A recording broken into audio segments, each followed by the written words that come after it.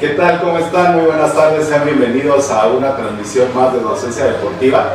Y el día de hoy tengo un gran invitado, Alexis Trujillo. ¿Cómo te encuentras el día de hoy, Alexis? Muy bien, muchas gracias, muy contento y gracias por la invitación. No, al contrario, y es camarada, es también egresado de la Escuela Nacional de Entrenadores y también, les presumo, tiene la maestría en Ciencias Aplicadas al Deporte, ¿sale? Si tú vas a una fiesta o un evento deportivo y la gente te pregunta ¿a qué te dedicas? ¿Cómo le respondes rápidamente a eso? Rápidamente, pues que soy entrenador deportivo, ya justamente había mencionado que tengo la maestría en Ciencias del Deporte y que lo estoy aplicando justamente en carrera, ¿no? Es mi especialidad. Justamente lo que yo he ideado durante mi tesis y lo que he estado estudiando en mi tesis es cómo la técnica de carrera y la fuerza aplicada puede ayudarte a prevenir lesiones e incluso mejorar el rendimiento en carrera, ¿no? Las dos a la par, siempre hay que trabajar técnica de carrera y fuerza, porque van muy relacionadas. Si haces un cambio técnico, también tiene que ir consigo un cambio en el trabajo de fuerza para trabajar las nuevas estructuras o los nuevos grupos musculares que estás trabajando para poderlo aplicar correctamente. Es un mundo, finalmente, dentro de todas las ciencias del deporte y la actividad física, el atletismo siempre fue nuestra base de formación. O sea, si nos vamos a textos de los años 80, de los años 90, vemos que el atletismo es la base para la formación del deportista. ¿Esto se sigue aplicando? ¿Se sigue funcionando de esta manera? Totalmente. Yo puedo decir que el atletismo es la base para cualquier otro deporte. ¿Por qué? Porque tienes todas las capacidades físicas ingresadas dentro de un deporte, en el atletismo. Hay que considerar que el atletismo no solamente incluye carrera, sino que incluyen pruebas de pista y campo.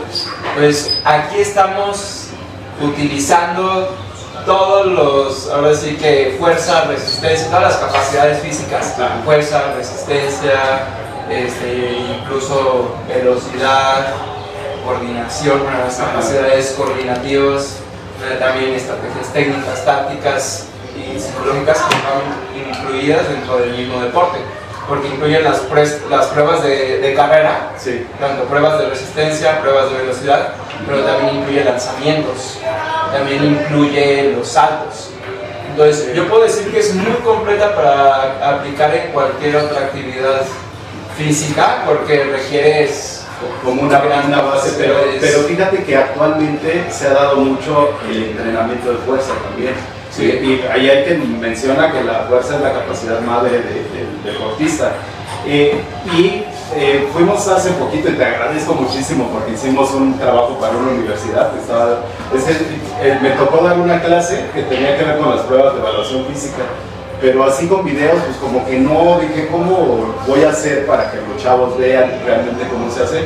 Y nos aventamos toda la prueba, la grabamos y todo eso. Te agradezco muchísimo porque ahí en tu grupo la gente muy participativa y todo. El espacio padrísimo, o sea, está súper bien.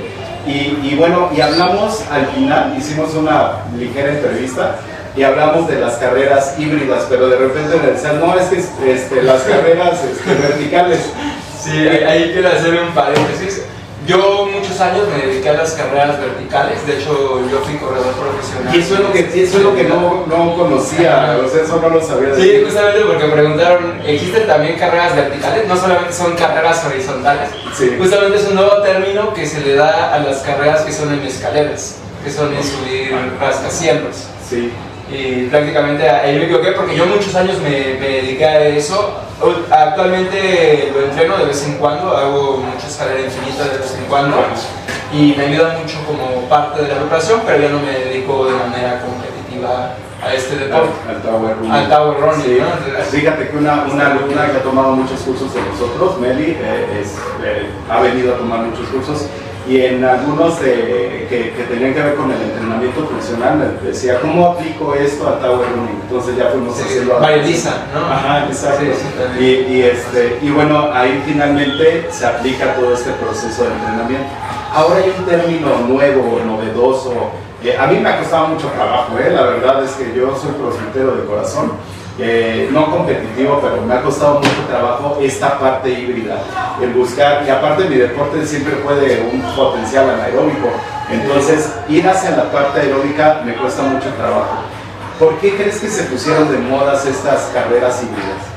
Se pusieron de moda porque últimamente se ha visto que para ser mejor corredor es necesaria la base de fuerza, ¿no? Tanto para generar resistencia como para generar velocidad necesitas una fuerza de base, ¿no? Entonces también es importante, ha tenido mucho empuje el aspecto de fuerza y justamente ya se le está dando mucho énfasis en que sea un corredor un poquito más integral y que puedas complementar la carrera y la fuerza ya de manera complementaria, y se le ha visto mucho el beneficio. También se ha visto mucho a través del entrenamiento concurrente, es decir, estar combinando dentro de una misma sesión.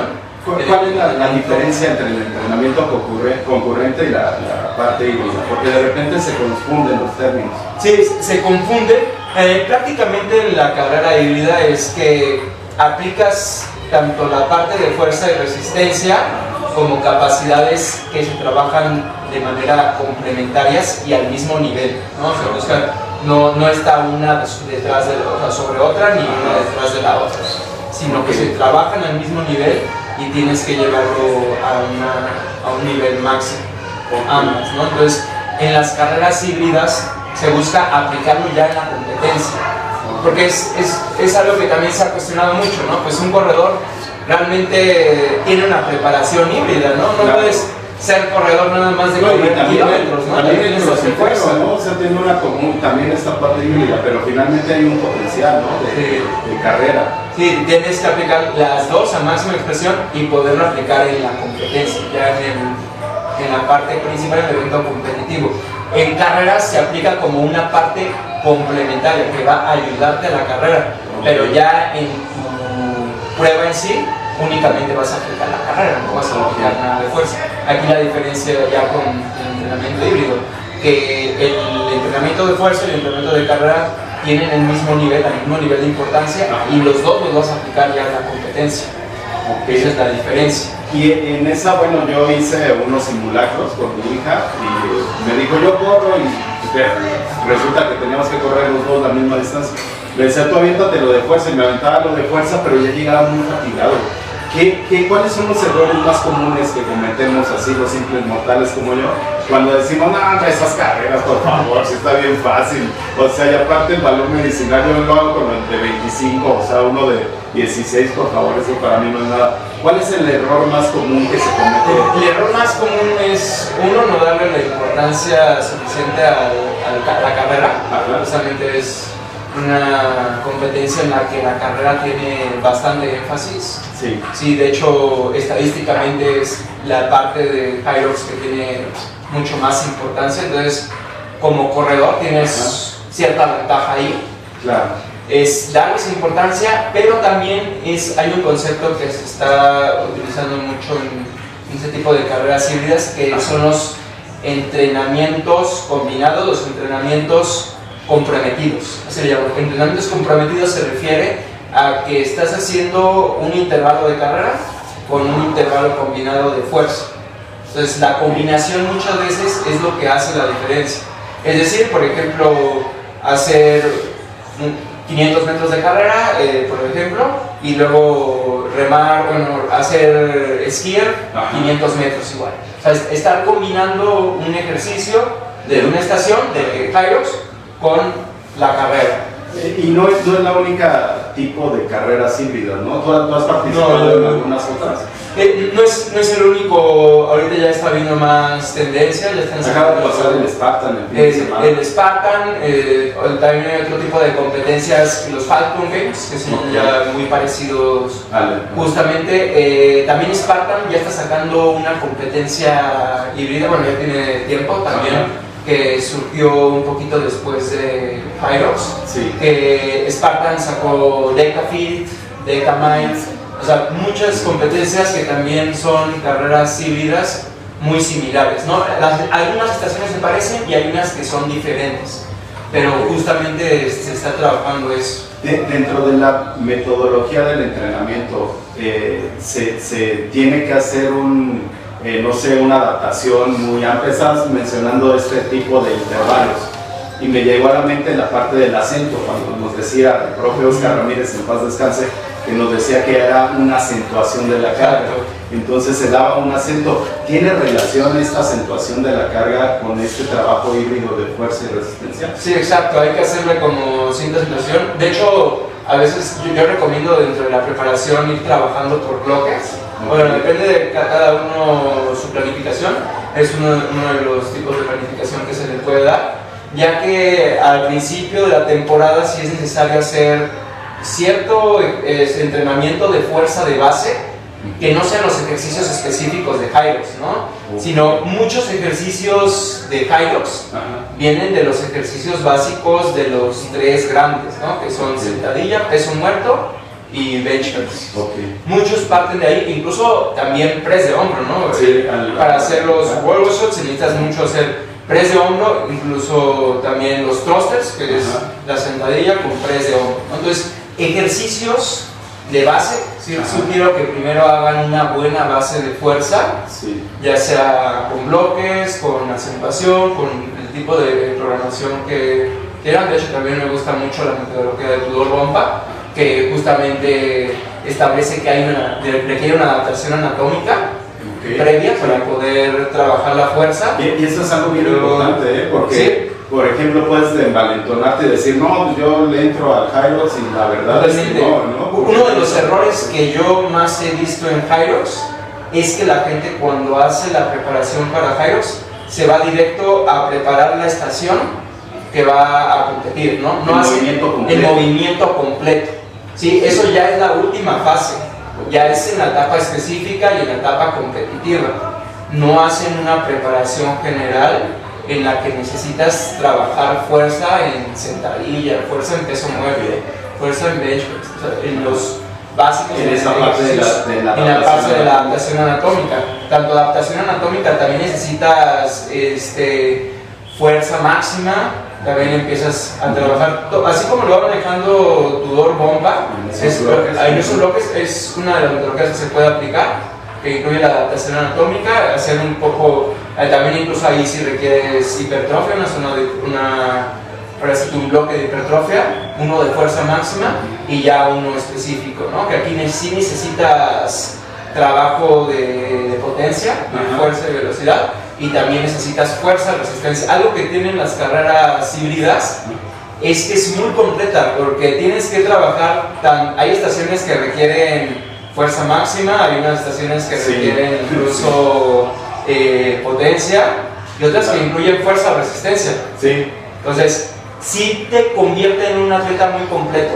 O sea, eso es lo que busca que seas un corredor híbrido, que seas muy completo y llevar a su máxima expresión todas las capacidades físicas, todas las manifestaciones de la fuerza, y también resistencia, ¿no? Necesitas resistencia en el umbral aeróbico, pero también necesitas resistencia en el umbral anaeróbico, ¿no? La tolerancia láctica. ¿Cómo sé cuándo paso a ese umbral, ¿no? Porque de repente yo les decía en los cursos, vamos a hacer la escala Jorge Ramírez. Decíamos, ¿cómo es la escala Jorge Ramírez? Ustedes van corriendo y dicen, sí, ¿cómo se sienten? Bien, querido profesor. Y al siguiente nivel es bien, querido profesor. Y el siguiente es bien, querido profesor. Pero ya de una manera ya específica, ya científica, ¿cómo podemos conocer esos umbrales? Sí, para conocerlos, el gold standard es la prueba de V2 Max. Bueno, la prueba justamente de capacidad cardiopulmonar.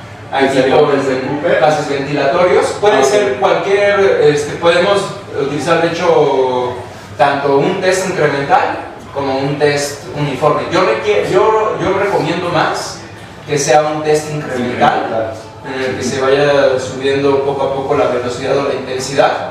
¿Para qué? Para que veas en qué momento saltas de un umbral aeróbico a un umbral anaeróbico. Si no tengo lana para ir a hacer la prueba de esfuerzo, puedo aplicar, por ejemplo, el test de Company. El test de Company es muy bueno. Justamente a mí me encanta el test de Company, porque cada vez vas incrementando la intensidad y ahí vas viendo los saltos. Ahí lo puedes ver con la frecuencia cardíaca. ¿Qué relación tiene la frecuencia cardíaca ya directamente en el ejercicio? justamente la frecuencia cardíaca es como puedes medir la intensidad del entrenamiento. Sí. Es un indicador de la carga interna del entrenamiento. En el entrenamiento hay carga externa y carga interna. La carga externa es toda la carga que le vas aplicando al cuerpo a través del kilómetro, la intensidad, todos los factores que van involucrados. Y la carga interna es cómo responde tu cuerpo a esa carga externa. Entonces, un indicador muy bueno y que es muy accesible es el medidor de la frecuencia cardíaca. A través de la carga interna aquí ya podemos ver pues qué intensidad es la que vas teniendo, y en un test como Concon en el que vas subiendo la intensidad cada vez, puedes estar viendo ahí cómo van siendo esos cambios, y ahí ya vas viendo los programas. Ese tenemos que grabarlo para hacer un tutorial, porque bueno, hicimos el de VO2 Max y te agradezco muchísimo, pero sí es importante que el entrenador sepa estos indicadores con su atleta, porque el entrenador debe de conocer este tipo de indicadores y no solamente dictar el ejercicio como viene escrito en la página, ¿no? Que de repente te metes a la página y dices, ay, mira, encontré lo voy a pegar, se los paso y ya lo leo y hago el ejercicio. ¿Cuáles serían los factores que necesitaría tener el entrenador para conocer esos indicadores de rendimiento? Sí, justamente va relacionado también con el principio de la individualización. Cada persona responde diferente a un mismo estímulo, y aquí ya puedes ver muy adaptado la persona cómo va respondiendo, y también, por ejemplo, decirle a tal persona, tú tienes que ir a tal ritmo porque en tal ritmo vas todavía en una zona 2 o vas en un umbral aeróbico. O sea, te vas dictando de acuerdo a la capacidad de cada atleta. Por eso es importante hacer una prueba de esfuerzo de cada uno de los atletas, porque cada uno tiene diferentes zonas de frecuencia cardíaca, cada uno tiene diferentes tolerancias lácticas, umbrales. Entonces es necesario conocerlo para cada uno de los atletas para poderlo aplicar. Si no tengo un pulsómetro, ¿qué otra opción podría hacer? La primera es que hay que invertirle, ¿no? Sí, o sea, si quieres estar mejor de salud, el que ha existido durante todo el tiempo es la escala de percepción de esfuerzo de Gore. Es la base justamente para ver, hay una escala de 0 a 10 o de 0 a 20, en la que va de una intensidad muy ligera hasta una intensidad máxima. Entonces ahí ya puedes saber en qué escala se va encontrando cada uno de los atletas a diferentes intensidades. Excelente. Y esta parte de invertirle también tiene que ver con la indumentaria, ¿no? Sí, porque te decía los tenis que me acabo de comprar, pero igual y no son los óptimos, son de carrera, pero no sé si me sirvan para la carrera y para los ejercicios de fuerza. ¿Cuál sería un equipo necesario para poder entrenar Hyrox? Un equipo necesario, sí recomiendo una banda de frecuencia cardíaca. Es importante tanto para estudiarlo durante los entrenamientos e incluso para modular la intensidad en competencia. Se ven muchos, incluso corredores profesionales, durante la competencia estar monitoreando cómo van en el nivel de intensidad para gestionar ahí la intensidad que deben estar aplicando en competencia. Porque Hyrox es una competencia, yo lo relaciono un poquito con el medio maratón y con el maratón, que si te pasas tantito de intensidad, la pagas fuerte. Sí, la pagas fuerte y no lo sientes tanto en el momento, sino que lo sientes ya en las últimas estaciones. Claro, ahí es donde dicen, bueno, ese concepto de la pared, ¿no? Yo me acuerdo que hice un maratón y me decían de la pared, no, cuando pases el 33, yo pasé el 33 como si nada, pero más adelante, y como también me envalentoné, es propio de mi deporte, son los trancazos en el taekwondo, por eso me gusta tanto el crossfit, por la intensidad. Entonces me envalentoné, seguí corriendo y de repente ya en el 35 ya estaba caminando. Si no era por un chavo que me estaba coachando, se me apareció por atrás y me dio unas galletitas así, riquísimas. Pero ahí descubres que realmente tu preparación es sumamente importante en la parte de la planificación. ¿Cuáles serían las recomendaciones para las red flags que tendría que ver una persona que entrena Hyrox para poder ubicar un buen entrenador? Por ejemplo, para ubicar un entrenador que debe de saber, o sea, la caracterización del deporte, tiene que conocer cuáles son las características particulares del deporte, de donde parte que necesitas una resistencia de base. Necesitas también, tiene que dar algún entrenamiento para gestionar la tolerancia láctica, si necesitas algunos entrenamientos incluso de altas intensidades, y que de las altas intensidades tengas una buena recuperación, ¿no? Que tengas una buena recuperación, que eso se va trabajando a través del entrenamiento, ¿no? Esa tolerancia láctica a altas intensidades y recuperaciones cortas para que el cuerpo vaya incluso acostumbrándose a recuperarse más rápido. Entonces, que veas esa metodología que va utilizando el entrenador, que conozca el deporte y que lo vaya aplicando contigo, ¿no? Algo que tiene dentro de la carga, ¿no? Algo que he visto, uno de los errores más comunes, incluso tanto de entrenadores como de corredores, es la parte de las estaciones de carrera. Dicen, son 8 veces 1 kilómetro. Y piensan que el nivel de carrera o el nivel de esfuerzo que deben aplicar es estable y lo tienen que hacer como si corrieran 8 kilómetros nada más, ¿no? Realmente se ha visto que incluso el pace o el ritmo de carrera es muy relacionado con el ritmo del medio maratón. Por eso yo sí sugiero que las personas que vayan a correr Hyrox en cierto momento tengan esa base y también conozcan qué ritmo es el específico en el que compiten en un medio maratón, porque ese es el ritmo específico que requiere Hyrox. Se ha visto que los elite más o menos tienen una relación muy similar entre su mejor marca de medio maratón y el ritmo que hacen ya en la competencia Hyrox. Esa relación está muy te da muchos datos.